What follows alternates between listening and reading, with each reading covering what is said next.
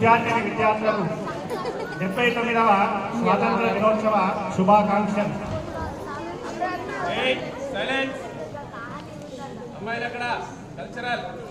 రత్నాకర దౌత పదాం హిమాలయ కిరీటిని బ్రహ్మరాజర్షి రత్నాజాం వందే భారత మాతరం.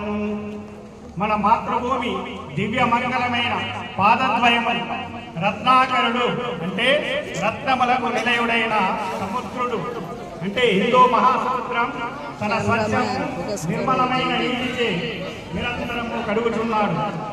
మన తల్లి భారతము ధవలము స్వచ్ఛమునైన దేవతాత్మయైన హిమాలయములనే కిరీటముగా కలిగి ఉన్నది.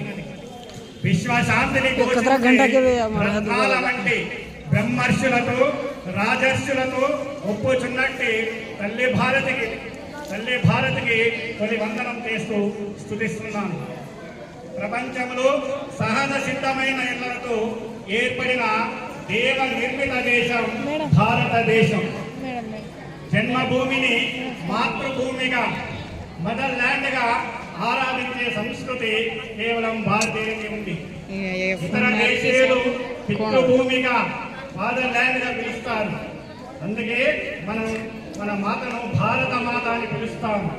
దేవ నిర్మిత దేశం భారతదేశం.